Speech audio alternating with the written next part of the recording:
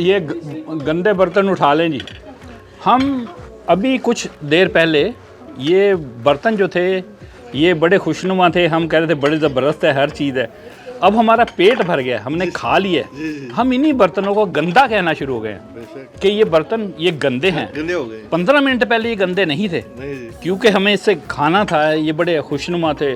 तो इंसान का ये इंसान का हाल है, जब इंसान का जहाँ से पेट भर जाता है, जब उन्हीं बर्तनों को, उन्हीं खुशनुमा बर्तनों को जिन्हें कुछ अर्सा पहले, कुछ देर पहले कह रहा था ये बड़े अच्छे हैं, बड़े ज़बरदस्त हैं, अभी हम इन्हें गंदा कहने लग गए हैं। ये गंदे बर्तन हो गए हैं हमारे नज़दीक।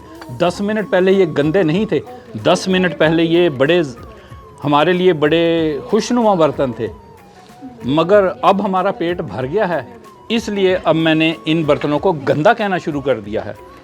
तो ये वजह है, जब इंसान का पेट भर जाता है, उसकी गर्ज पूरी हो जाती है, तो वही बर्तन, वही चीज़ें जिन्होंने उसका पेट भरा होता है, उन्हीं को वो गंदा कहने लगता है।